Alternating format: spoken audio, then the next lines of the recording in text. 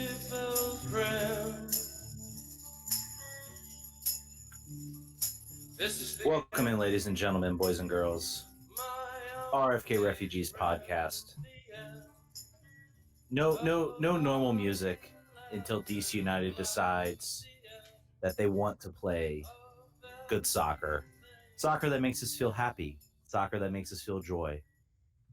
Until then, this is what you get. You get the doors in the end, because it sure as hell feels like the end. Ted Meyer, John Hoffman, special guest, which we'll reveal in a little bit. We're going to keep the tension up. John, how are you doing, my friend? I'm doing good. I luckily didn't get to see this game as real time like you did, so I got to watch everyone melt down in slow motion as I was watching a rock concert. So it was amusing to watch the ESPN notifications hit me one at a time, and then just the Twitter notifications just going insane. So it was a whole thing. But I'm doing pretty good. Well, I'm glad you're doing good. I'm glad you had a good day. I'm glad everything went well. I'm glad your weekend was good. Was your weekend good? Yeah, it was good. I can't complain. Okay, that's good. That's very good. That's very good.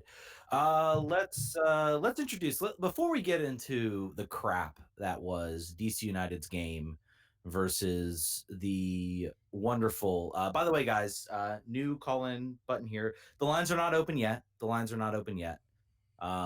are going to talk a little bit DC. We're going to do a little bit of that for probably about 20 minutes, and then we will let you know when the lines are open. So, Brian, no accepting calls. Just politely tell people, sorry, the lines aren't open yet. You said his name before we introduced him. I know, right? Brian, welcome to the show. How you doing, man? Introduce yourself to the people. He's muted, isn't he? Is he muted? He might already have calls. He didn't want to actually be. Listen, he's a silent partner. Brian is our new producer. We are going to try some things. By the way, I've already seen some things he's done, and our show's going to look that much cooler next week just from that. And that just he took about 3 minutes to whip those up. So we're in good stead. It's only going to get better from here. Yes. It's only going to get better, and it's only going to be more fun. And we are going to we have tried something new, and you guys have responded well to it, and we're going to keep going. Did that show up? Did that render good? I'm hoping it did. That is a perfect explanation, John. I'm glad you did that, because that pretty much describes what everybody is feeling right now with DC United. In case you probably know, but in case you don't, DC United fell 3-1 to the Philadelphia Union. 3-0 in the first half. They looked pretty much about what we've seen this year. Just awful, bad start again for this team. Just it's like I literally I don't know anymore. It's like what can you say more about this team and how they play, and how you can talk about all the good things that happened in the second half, but it doesn't erase the fact that this team, again, inside, I'm pretty sure it was 6 or 7 minutes. I have to go back and look at the score 6 sheet. minutes, I believe, was the correct time for the first goal. Yeah, 6 minutes. They gave up a goal.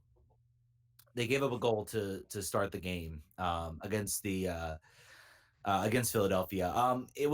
It came, I'm pretty sure, off a bad pass from Moreno, and I want to talk a little bit about him, because he was garbage in this game for certainly the first half. Looked a little better in the second half. But he was pretty much awful in this game. I thought he was one of the worst players out there for DC United. But the first goal comes from a bad pass, a giveaway. Philadelphia moves it up the left side. Hara didn't, or is it? Sorry, yeah. So I guess Hara would be on that right side if you're facing the defensive. So he didn't do a good job either. Ball gets slotted in. I don't know if I want to be mad at Brilliant for not playing that ball a little bit better, or I want to be upset at everybody else for not communicating to him that there was a guy running, behind his back that he couldn't see. And basically, I can't remember the player who scored, but he slotted it right in the back of the net. As a goalkeeper, you never want to get beat near post, but that was pretty much a point-blank shot. I don't know how much I really blame Bill Hamid for that. Zero. Yeah, it was a quick rapid-fire shot. He was probably shielded a little bit from Birnbaum as well. So it slots in the back of the net, 1-0, and you're just, I actually went to a Kickers watch party, and they had like 2 laptops up. So like I was like trying to get the like Flow FC stream to come up, and like we were going to watch that while watching the Kickers game. I just remember that goal going in, and it's just like, here we go again. It's like, here we go again. This is becoming just a absolutely awful trend that this team is enduring right now. It's just, it, I don't know what fixes it, and the only response I can come to is that it's coaching at this point.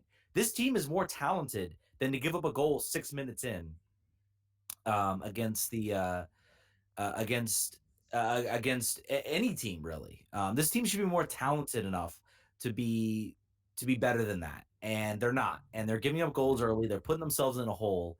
And early in the season, middle of the season, May, June, they were able to fight back from it. They were able to completely fight back from that. And this time they couldn't, and it's becoming a trend.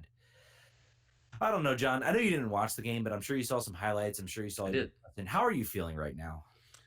I think we've all landed at the same point. We've gotten there different ways. Some of us took the long way. Some of us jumped there 5 years ago. We're all at I think this ride is about over now. I think we all need to just coast in to the end and deal with it.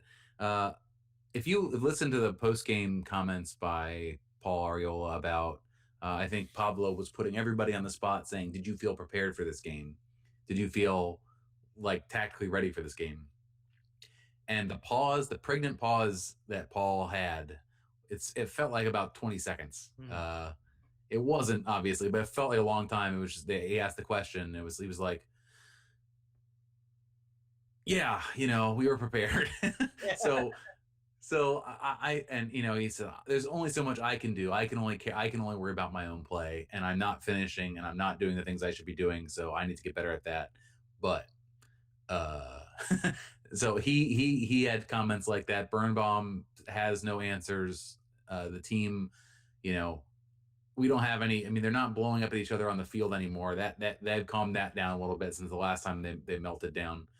But Now they're going at the referee. That's what you're seeing. You're seeing every yeah, single tackle, every single foul. You're seeing every player on that field, whether they've been here for a couple weeks or they've been here all season. They're throwing up their arms and saying, "Oh my God, what an awful call!" And it it's what happens in games. Players do that. It's what you see a lot of the time. But it seems like it's very excessive, and it's almost becoming a point where they're not playing the opposition. They have this mindset that the referee's out to get them. It's not their fault. I think that comes from the coaching too. I think Ben's always been a in-game ref, prevaricator. He's always had something to say. So I think that's probably a little bit of it. I just think that they're unable to stop their own tailspin right now. I think it's just one of those things now that they can't steer out of it, and they're mad, and they can't believe that their season is where it is. They can't believe how a difference of Wayne Rooney from a year ago today, where how engaged and a part of the team he was, to now where it feels like he is playing out the string or not playing out the string until he's gone, and then we've got to retool all over again. It's a wild drop from where we were at the beginning of this year and where our expectations were, and I think that's why it's worse. I think you've been talking about on Twitter, like it's worse that we had hope. It's worse that at the beginning of this year, we're like, oh, man, there's no way we can't be optimistic after the ending of last year. Granted, they had a really bad playoff game where Olsen was out coached, where the thing that worked all year long all of a sudden didn't work, and we wondered how we were going to go on from there. But then this season started well, and we said, all right, well, this was that last season half was who we are, and that's what we're going to keep going. And it hasn't been that way. And because of that, it makes this all worse. And it feels crazy to think, as you and I have been saying, like, there's going to be a major rebuild in this offseason. You're going to have the major fulcrums of this team gone. You're going to have a lot of salary to play with, but you've got to replace it with something and figure out who you're going to be and what you're, where you're shooting for. What are your goals? How do you, how high do you want to shoot? How much are you willing to spend? And what kind of team identity are you looking to build? As you torch this thing and start over again. Yeah, I mean, and that's basically what you're looking at right now. There are probably, like, Leonardo Jara is a talented player. Lucas Rodriguez is a talented player. But, I'm almost in the sense that nobody's really scared of this team anymore. And in 2018, it was a much different story. Everybody was scared of this team. Everybody was afraid of what's going to happen and what this team could do to you and how they could punish you with Lucho Acosta. Then people figured it out, and now there's a sense that no one's really afraid anymore. And it's sort of permeated when you watch how teams play against DC. You're going at them, they're attacking them, they're not sitting back. They might give up a chance or two. They've got maybe a goalkeeper like Andre Blake to stop DC. Then they go 3-0 and the game's over, and they're going to coast the rest of the game. So DC plays well in the second half.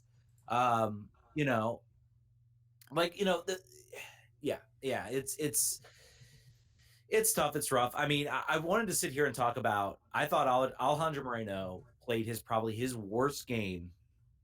Not Alejandro. Oh, sorry. Did I say that right? I said you did. Yes. The other. Yeah. He came down. He suited up again against the Union this time, and he played very poor defensive midfielder. Yes. Sorry, Junior Moreno was terrible in this game. I'm pretty sure I'd have to go back and look at who the giveaway was on the first goal, but I know for a fact the second and third goals. The second goal, he literally just completely loses his mark. Now again, Birnbaum and Brilliant are pushed up. But in that case, Moreno drops back, and I think Felipe dropped back, if I remember correctly. So your job is to drop back and cover those roles, and you play defensive midfielder. You think you can cover a homegrown player, a teenage homegrown player, and not give him acres of space. And then also he's the first one to throw up his hand like, that's offside. And it's like the last resort of like any player who knows that they have just done a horrible job defending. As their last result, like, please God, bail me out here because I've totally botched this. And then there's the second goal. He can't remember the player. Insigne, I think, absolutely burns him, just tears him apart in that play, and he kind of does like a meek tackle, and doesn't even get close. And Insigne's just like, all right, thank you very much. Yeah, and, had a rough 36 minutes there. He looked better in the second half, but again, Philadelphia definitely steps up the ball a little bit. They know this game is over and they've won, and now they got to think about, let's preserve some legs for next week. That's what you want. You want to win these games big, and then you can preserve your legs, because you're not Atlanta, you're not New York City. You don't have a whole infinite amount of sum of money to spend. You are very much a budget team that is punching above their weight at this point. So this was great for them. They got like 3 goals, and that was it. Like, they were done, as far as I was concerned. Yeah, that's yeah. The only thing I really want to talk about from the second half, because who really gives a shit as far as the way the rest of the go. Lucho started, scored a goal, did a celebration where he put his hand up to his ear, basically to be like, I've been listening, or I'm listening for what you're saying about me, and because he has, and that's what anything you've been reading from Pablo Maurer, everything everyone's been saying about his play is fair. Everything everyone's saying about like the fact that he doesn't care, I think that's up for debate. I think he does care. I think he's sort of similar to Wayne. Even when he seems he doesn't care, he cares. He just has a weird way of showing it to a lot of people. Some people don't buy it. I think both Wayne and Lucho still do care, and I think Wayne cares too. I just think there's there's the belief that you care. There have been times I've worked jobs, I've done something, and I've told everybody, yeah, I care, I absolutely care, and I believe myself, maybe I care. Then I think about it, maybe 6 months down the road, and I realize I didn't really actually go 100% in this game, or I didn't go 100% on this challenge, or I didn't do this 100%. That's basically how it kind of feels. And then you're like, wait a minute, maybe I actually didn't really care. So who knows? I believe that Wayne believes he cares. I believe Lucho believes he cares. If Lucho lights it up in this last part, he saves himself potentially another contract or something. Like, even if no one's watching, he has at least something he can build on at this point for him. That was his first goal since the San Jose game. Yeah. Yep. Which was a bit of a time ago. It was right before the break. I remember that. And I remember saying at the end of the break, I'm like, man, I kind of wish we didn't have a break now, because Lucho's got a goal. Now we have a whole month before we actually have to play again. So I think that might affect him, and boy, did it. It sure did. So, I mean, it's kind of like he holds up his ear, says, I've been listening to what you've been saying. Look at this goal I scored. And I'm like, yeah, Lucho. But it comes after this team was down 3-1, and they did absolutely nothing in that game, offensively in that game, to really when it mattered. Like, that was a garbage goal. with 30 minutes. I would have taken another garbage goal if since if they only needed to win, I would have taken another one too. And it was even in my opinion, it was kind of a fluky goal. Like I think Dave Johnson was kind of talking it up. He's like, "Oh man, look at that!" It was good movement inside the box and sort of his patented where he has an ability, a really good ability, mind you, to be able to operate in small spaces and to collect the ball in small spaces and to get shots off in small spaces. But in the sense, it wasn't like he like weaved through a bunch of, Philadelphia defenders. He chipped up the ball, it deflected off the defender, it fell right to him again, and he was able to collect it and score, which again is a really good trait, but it's not like he burned a bunch of players and everyone's like, oh my God, well, at least Lucho's back. Look at that amazing run he did. He did a lot of other runs a couple times in that game and just completely got pasted. Everybody knows what he's going to do. Anytime he lowers his shoulder, everyone in the stadium knows what he's going to do. Defenders know what he's going to do. He is about as one-dimensional as they come at this point. Well, Griffin Yao better watch out because he's got a similar, I've only been watching him a little bit. He's got a similar one note, go down the left-hand side, shoulder feint, left side, cut in with the right foot and shoot. I've seen him do that like 30 times in this season, watching him for Loudoun and for DC. So hopefully he's not modeling any part of that part of his game after Lucho. Yeah. Other thing I want to say that we mentioned, it looks like Jalen's got a knee injury of some sort. He had an MRI. I noticed that he didn't play. It forces Leo Hara back to right back, which is fine by me. Yeah. But it would have been nice. Robinson he has his one good game a year, and then something happens. Usually it's injury or form. This time it was injury. He needed an MRI, so who knows how long he'll be out. I thought O'Neal Fisher was closer. Maybe he's not that close. I know he got his pictures taken for the team, for the opening, whatever you call it, the opening part of the game, the video board. But he's not playing with Loudoun. I'm not sure he's actually ready for game time. So he might actually be out for the whole year like was originally thought. Yeah. So who knows? Yeah. Who knows? Who knows what's going on with DC injuries? Olsen never tells you anything. He's always very much and even the injury report reflects that. Lower body injury. Yeah. It's not that bad, but it's literally like they say 4 to 6 weeks, but it could be I remember Lucho was injured and then it was he was probable for 5 weeks before Ben actually threw him out. Well, that's what it felt like, at least. There were 4 or 5 games where he was listed as probable. And then I was like, oh yeah, well, we'll see what happens. And never happens. Never happens. Yeah, man, I guess looking ahead, you have this game now against Montreal. They play on Wednesday, so they're going to be on short rest, which in theory should be good for DC. Maybe it's an opportunity. I don't know, man. I'm grasping for straws at this point with a lot of this. Their last 5 games, they've won 1, drawn 1, lost 3. They're on 34 points in eighth place. They lose this game on Saturday, they are not DC? making the playoffs. DC. Oh yeah. DC loses this game on Saturday. That's it, my friends. And there will be some people on Twitter yelling at us for being being negative or being jump to conclusions, Matt. The official podcast stand will be shut up. We're definitely not making the playoffs if we lose this game, and I don't care. And then I will make one of those cool tear off clocks for my house for tearing down until the end of the season, where I will be very excited to have an option for both a new coach and maybe a new GM and a whole bunch of new players and a new identity and hopefully just a fresh feeling around this team that we haven't had. We had a little bit last year with the opening of the stadium in Wayne, but before that, it's been a real long time, and I'm ready for that. Yeah. So, I should finish the Montreal thoughts here before we get into our the real Ben Olsen hours that we need to have. Bojan Krkic has played 1 game and has scored 1 goal in a loss against Toronto last week. Wilmer Cabrera, again, Houston's rejected coach, who only became Montreal's coach after Remy Gard was offered a new contract or was in negotiations for a new contract, and then a week and a half later was fired. So that's cool. I still can't believe that Bakary Sagna is playing in Montreal. That's weird to me. I just don't know why that's weird to me. And I'm still concerned that Urruti will score goals on Montreal as he has in the past.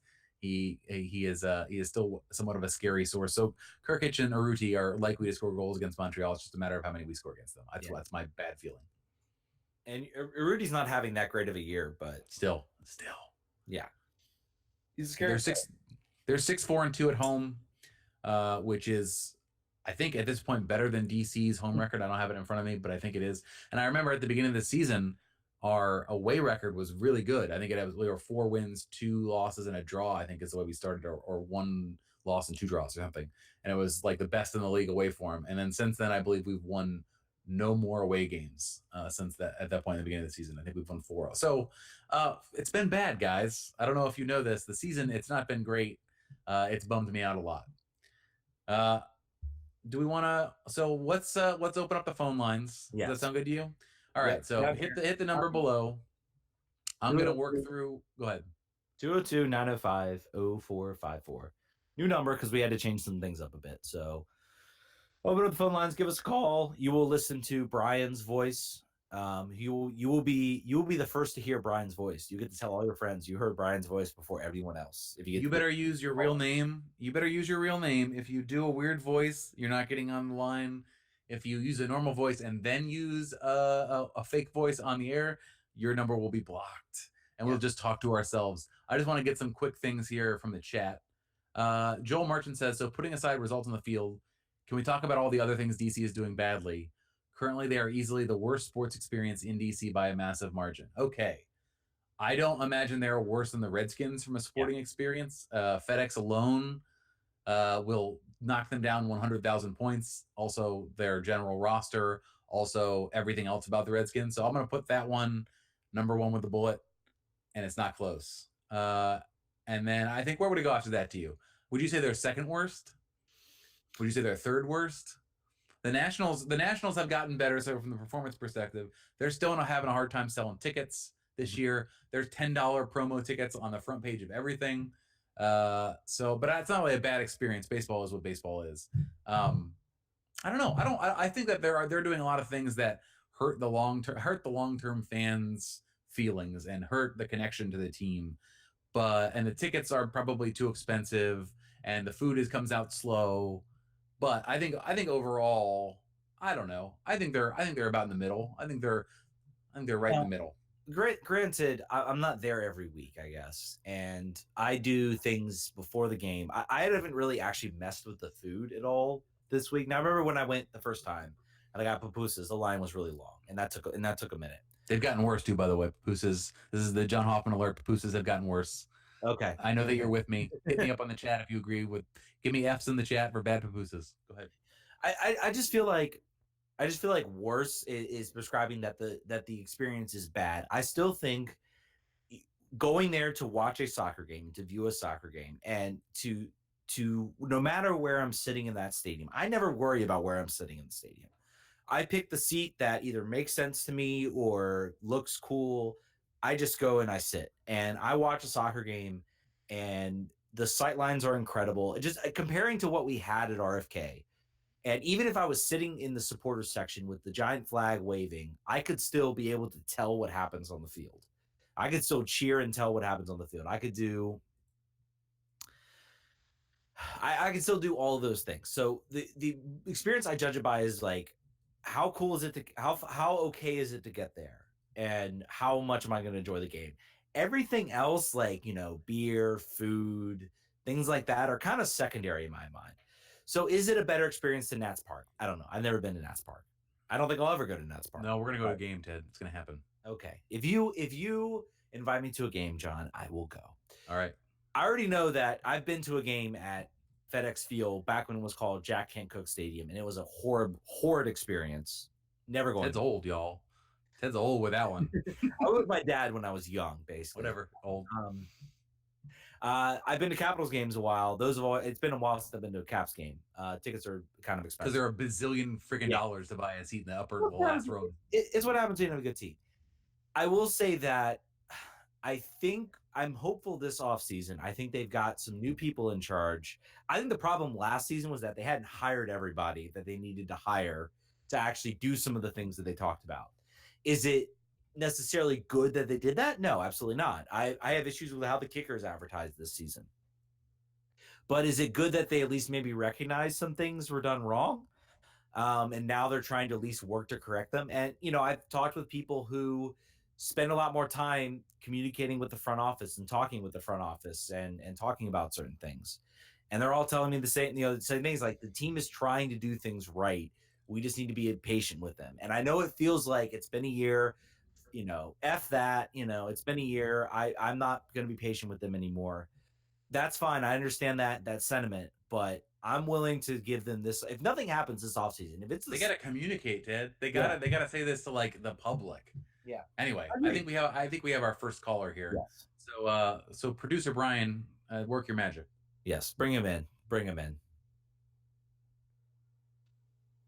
And dead air.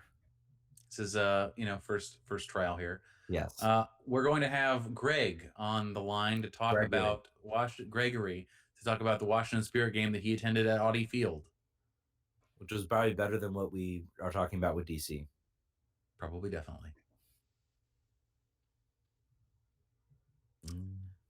Hey guys, sorry, I'm having a technical difficulty here. No problem. Just 1 moment. Yep, no problem. Let's start with talking. We'll bring Gregory in. Let's start talking Washington Spirit. Let's talk something good that happened with 20,000 people. 20,000 people. 19,004. Was it 19,470? Did I remember that number correctly? That sounds, and 741. I believe 741. Was okay. Yeah. Dyslexia there. But basically, sellout crowd at Audi Field. Spirit winning 2-1. The first goal was kind of a fluky goal. I felt really bad because I really like Ashlyn Harris, and I guess to see that goal happen was kind of sad for me in a certain respect because I like Ashlyn Harris. I loved her Instagram and everything, and to see that happen was kind of sad. But at the same time, it was kind of funny. I don't know. Did you have a chance to see the goal? I did. It was funny. I appreciate the aggressive pressing that made that goal occur. Just to sort of set the screen here, the fact that they sold that many tickets and the number of people who were likely there to see all of the U.S. players who were not able to play, the fact that they still created a game that was interesting, had multiple goals, and was a win for the home team, it couldn't have gone any better given the cards that were played for the Spirit and for the ownership that was the result. So just that alone, that's pretty magical. The fact that's how it played out. And the game itself was interesting. The second goal, the diving header to score and to take the lead, and then to write it out, Marta scored a very quick-footed goal. That's what she's known for. She scores against everybody basically still at this point, even this point in her career. I think everybody got, considering that the players everyone came to see weren't there, they got a good game out of what was there. It's great. I hope that more than 2 games next year are there. I think that there's no way you can't look at 20,000 in that stadium and not be like, oh, that made somebody a lot of money. The owner is very pleased with this. And I think they need to move to Audi Field. I think they need to figure out a way to make it work. I think that DC United themselves should figure out a way to give them some sort of discount, whatever it takes, basically, to be like, please come here and play games here and have fun. Goodness knows the DC United is not going to be fun to watch probably next season. I'm going to go ahead and say that right off the bat. I'm hope to be wrong, but right now it's looking like that it's not going to work. My official position is that they are going to be fun because they're going to sign a whole bunch of new players and have a new coach. So I'm going to be optimistic about that. You are Mr. Optimism on that. Someone has to be. If we both take the negative, the show will turn into a dirge, and we're just going to have to play like black metal behind we'll just have a Dormier or something, whatever. Dormumier. I don't know any black metal bands. So what's hold on. I think we finally have Gregory on the phone. Anybody? Hey, Gregory. Hey, you can hear me now. I can hear you. Great. What's going on, Gregory? Go ahead. Give us your thoughts. So finally, let's talk Spirits from Saturday. Tell me about your experience. I know that you had a problem with the lines. Is that correct? Well, first of all, let's talk about the good stuff first. It was so nice to see at least one team from DC that actually played the high press on this field and it worked, and so they stuck with it rather than giving up. So that was nice. It was. Nice to see DC United do that, but whatever. I mean, it's so nice to see at least some team do that. So what was on the field was nice, but logistically it was a nightmare. They first of all they said we'll open the gates at 6, and they opened them at 6:30, and lines were really long because it was a sellout, and a lot of people didn't get into the stadium until over a half hour into the match, which really isn't fair to them, but that's what happens when you open half an hour late for a sellout. Gregory, did they have all of the gate people there? Was it like DC United as far as a staffing perspective at the gates, or was it a little thinner? Not even close. I mean, all the gates were open, but only half the lanes at each gate were. Got it. It was hard to get people in.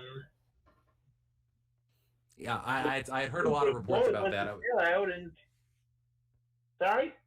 No, go ahead, Greg. I just said I had heard a lot of complaints about that exact thing. I was just wondering if it was an inflow problem or whatever it was. Sorry, what were you saying? It's okay. Go ahead.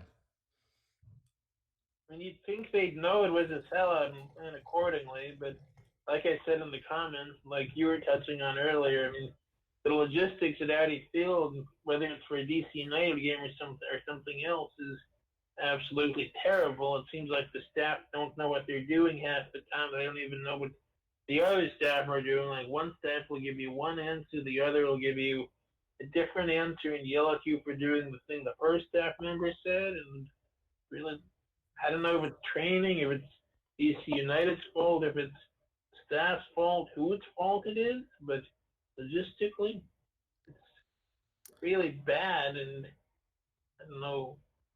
I wonder too if when they rented the stadium, they rented the cheap package as far as the staffing levels. Like they staffed as if they thought it would be just a regular NWSL game or something, and then instead they got a full sellout of people. They didn't They didn't have enough staff to do food. They didn't have enough staff to take tickets or security. I don't know if that was the problem. They definitely are going to have to. Even for DC United games, the logistics are terrible. So I don't Agree. The food definitely takes too long. The pickup, I think a lot of it is the concourse. The concourse is not conducive to moving people fast and getting food out. Like if you think about, so for me, I'm in 104. I'm up in the upper deck, and if you go to the red and black grill, the way it works is you order and then you go to the end and everyone just stands there and you yell out what food you ordered at the people, and then they take your tickets instead of waiting until you move. And they say, and then you give them your receipt, and then they wander away with it, and then another person comes by and asks what you ordered and to see your receipt, but you can't give it to them because you already gave it to the first person. So now they have to track that person down to get your receipt to see what you ordered. It's a mess. Yeah, I agree with you completely. It's a little bit of a mess, and I will say, even when I'm in like the supporters end, things don't go quite as smoothly. It's very crowded, and trying to get beer can be a hassle. So for sure. But Gregory, thanks so much for calling. Gregory, thanks so much for calling in, man. I hope you enjoyed the game. I hope the game was at least fun. Yeah, you have a good day, man. Thank you. Bye-bye. Bye. Bye, Greg. Yeah, at least you got a win. At least all those people that had to spend 30 minutes to get into the stadium saw a win. And that's kind of the thing. That's kind of the thing, like with DC United especially, I've always said the team kind of masks a lot of things that are wrong with the team. You know, these problems existed before the team was bad in 2018. These problems with Audi Field, with the sun, with everything, all of this existed before this summer, before this time. The problem is the team was good and they were fun to talk about, and the product on the field was nice. You know, it's almost like you go to a theater production and you're really, it's slow to get in. You're in your seat, the food that you're served is not great and everything's kind of slow, but the production you watch is fantastic and you forget all of that. That's what we're dealing right now with DC. The team's bad. So all of these problems are kind of, manifesting themselves and growing. all these problems that existed. I mean, let's be serious. The opening game, a piece of the stadium fell on their like TV producer, and she suffered a concussion, and it's taken her a year to get herself back, all over a year, in fact, to get herself into shape where she's now Lindsey Simpson now is doing the Big Ten Network. I think she's covering the either the men's or the women's soccer. I'm not sure which. But really good to hear her voice again, hear that she's doing well, because you would go to her Twitter account and it would still be the post that she makes right before the opening game, and it's one of those weird things. So really glad to hear she's doing well. Yeah, that I agree. It is good. There's a question here from Joel Merchant. Would it be good or bad for the Spirit to be branded a bit more like United? So there was previously a DC United women's team in the interim before the NWSL was back. I mean, I think it's actually good that they have their own unique branding, particularly because I don't think DC United is necessarily a brand you want to tie yourself to anymore at this point. We don't even do a good job of of linking to our own history, and that's the value from our brand perspective. So I think they're much better off being away from our baggage that exists and just being their own thing. I think currently the plan is to come back to more to Audi Field next year. They basically said, keep filling this up, keep coming, keep being excited. The problem is that if you have Wednesday games here at Audi Field, it's not going to be a sellout. That's not a sellout for DC United. It's going to look real thin. It would be thin at the Plex also, but it's going to look worse at Audi Field. So they've got to really balance out. I think the idea of having like marquee weekend games that you have 3 to 4 weeks ahead of time for each one to sell hard on, I think is the best way to do it. I think you're really going to find value for running it out. But they do, like we just talked about, they've got to make sure that they staff appropriately and treat it like a DC United game. Don't just, don't skimp where you have to skimp. Yeah. And also, everybody call this number. Yeah. Call our 202-905-0454. That sounds pretty good. I like the way that number sounds. It's got like it's not quite I always remember the wrestling, the WWE wrestling hotline when you used to watch like Survivor Series and you want to know who the next person running down. It was 1-900-909-9900. And I remember that until the day I died, because I called it one time and my friend got like a $25 bill on his phone so that we could find out that Tanaka was the next person coming down the ring. So that's a long story to say. Call 202-905-0454 and I'll tell you who's coming down next in the ring. Let's talk. I think we didn't talk about this yet. Rooney gets another game, which we all assumed he would get. So he will also not play in Montreal. We should mention this only to say that I don't care about it. There is an article in the tabloids about Wayne Rooney being out again late with his friends and other friends. And there are people that are very upset about it. I don't. It was after the Vancouver game. I don't care. He played, he yelled at the referee, the end. And then he went out and had a party.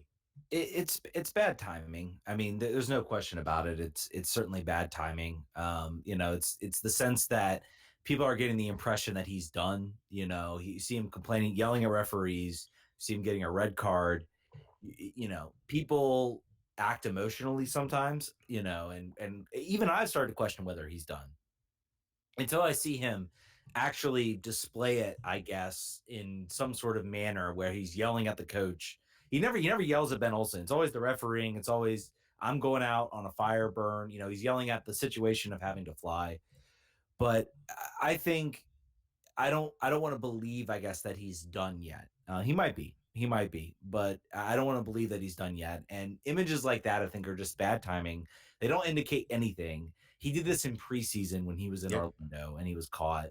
The tabloids in Britain are awful, and they're more well read and they get traction a little bit more. I mean, this is the equivalent of him showing up in the Inquirer, basically. Like, if you really want to draw it down, but tabloids get a little bit more. I don't know if it's budget. I don't know what it is, but they get a lot of traction when it comes to sports stars, and I never quite understand it. Like, you never hear People magazine covered, I guess, as much anymore. I wonder too. I think the funny thing is that they sent a stringer to Vancouver to case downtown club night spots to try to find pictures of Wayne Rooney. Like it wasn't like, they weren't in New York City.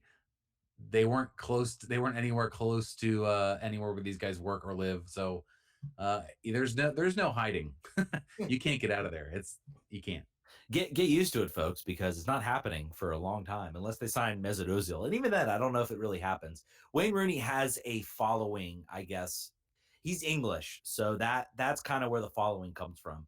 I'm not sure if Mesut Ozil will get the same following if he comes to the team, or there'll be the same sort of hounding of him amongst Probably not. the rest. And even I don't even remember. Was David Beckham getting this much? Like, I think he kept it very vanilla while he was here. Yeah. And Wayne has no interest in doing that. I mean, I've heard stories like he was drunk on the Acela. I've heard stories that he was out. I forget what club he was at, like after a red card, in the week when he was sick, he was out drunk. Like, I think that's probably true. I don't really care. I think that's like, he's sort of known, like that's sort of his rep, and he's still, for the most part, for the 99.9% of it, can still do the business regardless of what he decides to do on the weekends. It's a bad optics thing. I don't really care. We have more problems, even though we're paying him a lot of money and he's not really delivering at the time. We have greater problems, bigger fish to fry. And the fact that he's leaving, so there really is no, like, after this year, it's done. It's almost like, all right, just whatever. He's doing this. Does it really matter for the next like 5 games or so that we have to watch him play? Probably not. Yeah. So we have some more chat questions here.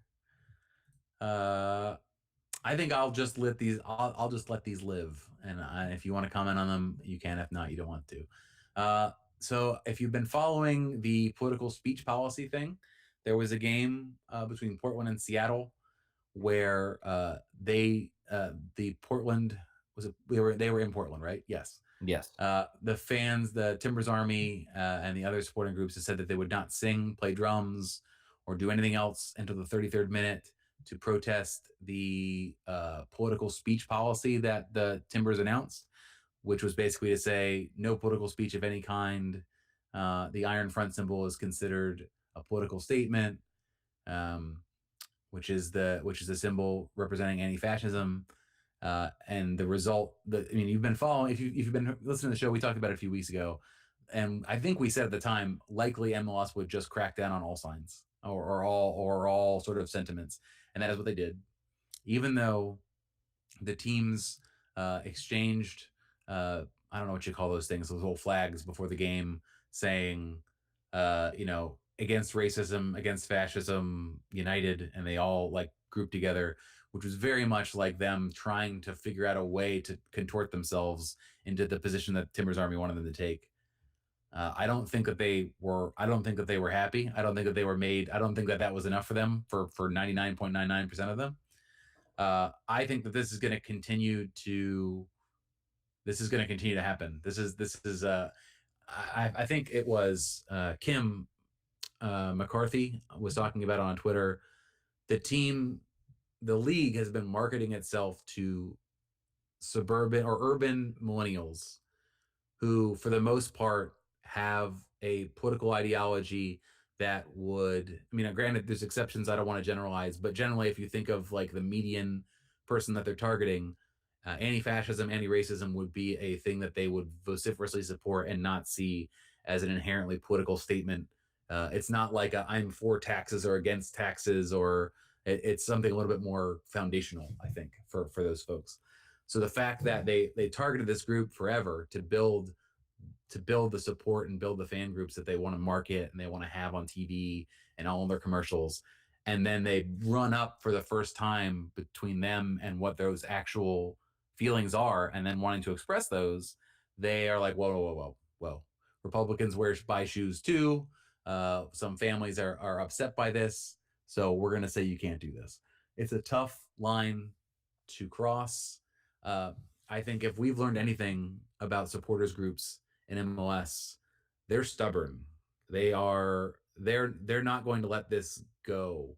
and the sort of what they view to be a tone deaf response to their concerns is not going to make them just chill and forget about it. So this will go on for a while. This will go on for as long as not all of the fan groups have as organized and as coherent of political messaging as the Timbers do, for instance.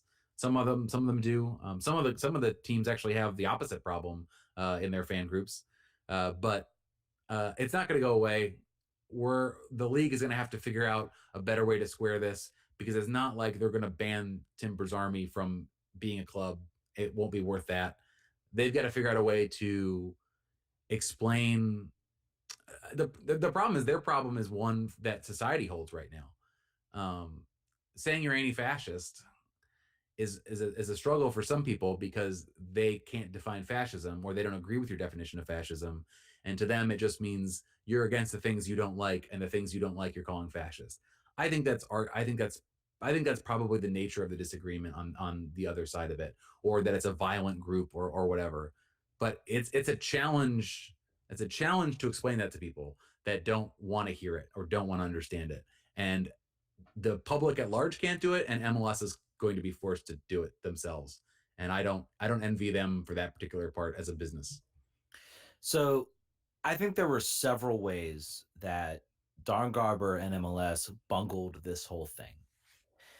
And it starts early in the year, when there were widespread confirmed reports that there were neo-Nazis and white supremacists that were attending NYCFC games, and they were an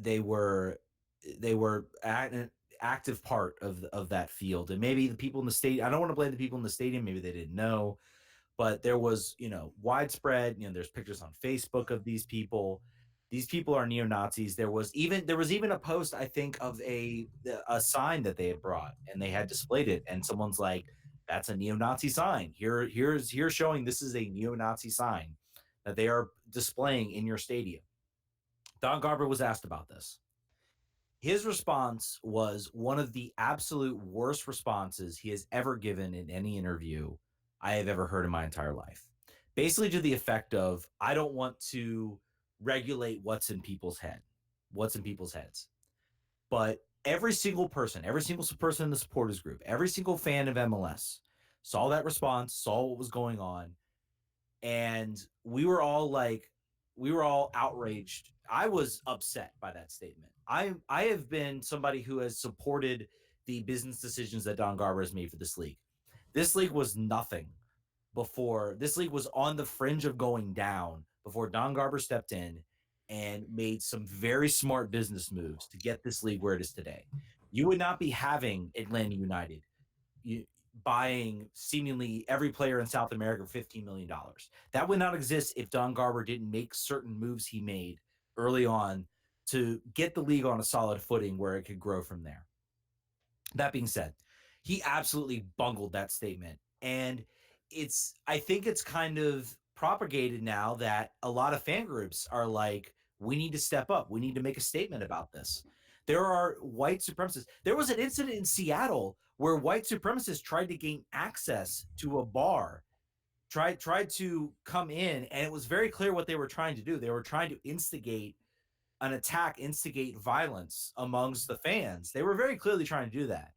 And they were like, no, you are not welcome here. You are not permitted to be here. And violence did ensue from that. And all of that comes when you make a statement like that, where like, I don't want to regulate what's in somebody's head. And I don't want to do that. Even if everyone knows they're white supremacists, even if there are people there who we know are white supremacists in the stadium, I don't want to regulate. You're sending the message that they are welcome in MLS stadiums, and it's the wrong message to send. There is 100 different statements you could give that would have been better than what Don Garber said.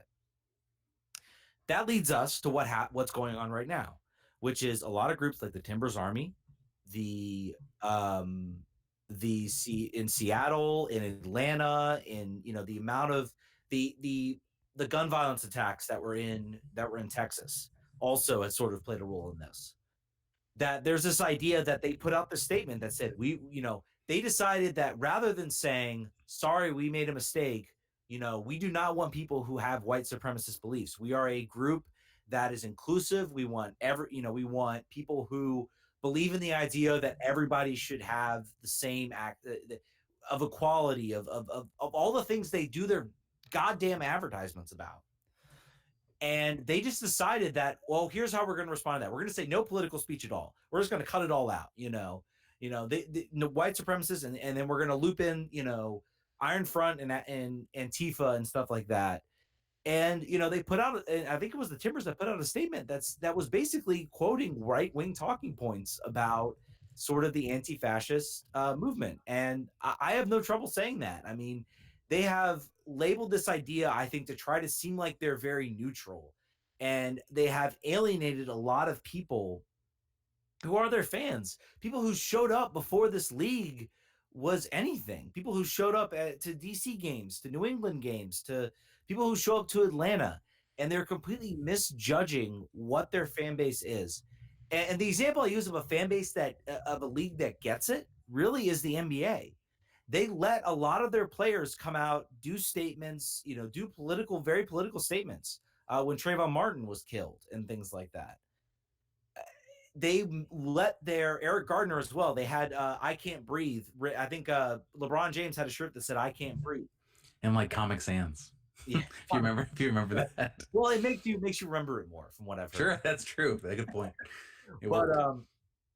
So they did all that, and they allowed it because they recognize who a majority of their fans are. And this is not me saying that if you disagree with, if you disagree with, a lot of left-wing ideas, that you are not allowed to watch a soccer game. But we're not talking about that right now. We're talking about people who are anti-fascist and anti-racist. And if you want to construe your own idea as to what you think those words mean, you think, oh, this is some sort of plot, then by God, please do not come to any more soccer games. I'm sorry. Don't come, because that is not what the message is about. The message is avoiding the fascism we saw in the 1940s. It's avoiding the racism we saw in America in the 1950s and the 1960s. It is all about this idea of avoiding those messages. And that's really what the message is about. And if you can't get behind a message like that, and you're thinking of all these ways it actually means this, then you know what? Please don't come to any more MLS games. Don't listen to this podcast. Don't listen to me talk. I'm done. I'm done with you. The messages that the Timbers Army and a lot of them are trying to get across are not inherently political, or they should not be controversial in this day in the United States. They are very simple messages about being against racism and being against fascism, which are ideas that I think we all can get around. And it's inherently frustrating that this is the position that the league has taken, and this is what they decided to do, to try to play this middle ground rather than recognizing what is in front of them. So that's all I got to say. I'm done. It's funny you said don't listen to me if you don't want to listen to this. As right as you said that, we lost 2 viewers to the stream, which was a kind of hilarious timing situation. If that's the reason they stopped listening, then fine. I'm perfectly fine with that. It was that. It wasn't that the show has gone off the rails and we have not a lot of stuff to talk about. It was that. I don't get into my politics very much here, but I think that the challenge is that defining fascism has been a problem, I think, for people. It's become sort of a go-to watchword for bad person. That's a challenge. I think that is where this thing really went off the rails, I think, and it's been a little bit. You got like the groups actually fighting in the streets, fighting quote unquote in the streets. That's part of it, and then the complete media hysteria around just dorks in motorcycle helmets and elbow pads and whatnot. And then you have like the general idea about standing up to fascism in general. And because words have no meaning in the American political discourse and no one knows definitions to things, it basically like became wrapped up in the word like liberal. Like if you ask 100 people to define liberal, you're going to get 98 different definitions, and most of them are going to be wrong and not tied into any sort of political theory or dictionary definition. So all that to say is that it's not what it means is not complicated. What it means is not political, but I think the conversation in total and around those things is not it's not set up to handle this sort of discourse. It's too complicated, it's too nuanced, and we're just not in a place for it. And Joel Merchant says, I blame Don Garber for ruining this podcast. And honestly, Joel, I agree this particular one. I also blame DC's performance in Philadelphia and our lack of optimism that the team is going to do any better in Montreal. We didn't give our predictions. Let's go back to soccer real quick. Predictions. You're gonna segue that back into soccer. I did like a professional. All right, Montreal. Montreal 3, DC United 1. Season over. I'm going 3-0. This season's over. Woo, man, we have turned. It's negativity abound by this podcast, and it all those people. I have been such a vehement Olsen defender for so long, and it's almost like I've just vened so hard. I'm just he needs to be out of here, and we need to find somebody else who can coach this team, because I'm seeing things on the field that shouldn't happen with the talent that I'm seeing right now. Yeah. So quick, we're gonna wrap up here pretty quick, unless somebody else calls in. Yeah. After we've you've got 4 minutes. You got 4 minutes to call in. We're gonna give you 4 minutes. John's probably hating me right now because he's like, Ted, you're getting 4 minutes to call in, but no, it's fine. Quick notes: make sure you're subscribed to The Athletic. If you're not, Cribs Notes version of information about the stadium. The roof is not going to get finished. It costs into the 7 figures and will take years to complete. They're looking at getting a transparent covering to block the rain, but not the sun. So if you are currently seated in either one of those sections towards the front, you are not going to get covered by anything in a while. Safe standing looks like it might happen sooner than that. Still costs a lot of money. And finally, they have listened to us, not to Bruce Arena, but to John and Ted, and they're going to try to figure out a way to tie history into the building. Coincidentally, that's the only of the options that they want to work on that's free and doesn't cost anything, and that's the one they're going to do. But we'll take it. We'll take any sort of history. And I want to make sure that I call out our new Patreon. Jen, thank you for joining us. And by the way, you forgot some important info about the stadium, is that apparently the XFL team is responsible for replacing the field. Yeah, that's pretty big. That's pretty big. If you've watched how bad this field has been. But yeah, sorry, go ahead. Yeah, also it costs $600,000 to get a new field on. So just keep that in mind. You're paying us, man. Yeah, just keep that in mind. And I wanted to again thank you to Jen for joining us. If you want to join our Patreon, we're gonna do a lot more stuff here. We started a Discord channel, which we have advertised on our social media platforms. Join that. We don't really know what we're gonna do with it yet, but we're gonna do something with it. So if you've never heard of Discord, you're like me until very recently. It's basically like IRC if you're old, or if it's like really complicated AIM chat if you're a little less old. So join us, talk about stuff during the day when you're at work and you want to steal 5 seconds to talk about DC United stuff. We are going to start a Twitch channel. Yes, I don't know why, but Ted and I are going to start streaming games. If you want to watch that for some reason, we're gonna probably play FIFA, probably do Ultimate Team, probably talk shit about DC United as we're doing it. It's going to be weird. So join us for that. I think the stream name for that is like anything else, twitch.tv/RFKrefugees. And I think that's all the things we have going on. Also, for those of you who are Patreons, please go to the page and help nominate a charity. We said that we would donate 25% of our take for every 3 months to a charity, and we have not gotten any nominations yet. So please get back to us on that quickly, and we can figure out what we're going to do with that. Yes. And did you say Twitter? Did you tell people to go to the Twitter page? Go to the Twitter page, which is twitter.com/RFKrefugees. I'm letting you do my role, man. Come on. Huh? What? I'm letting you do my role. So you got okay. Yeah. Well, I just like the part where I tell people to give us more money. Facebook.com/RFKrefugees podcast, which Ted is now monitoring because I have deleted Facebook because I am very, very with it and cool, just like the teens. I'm on the Snapchat.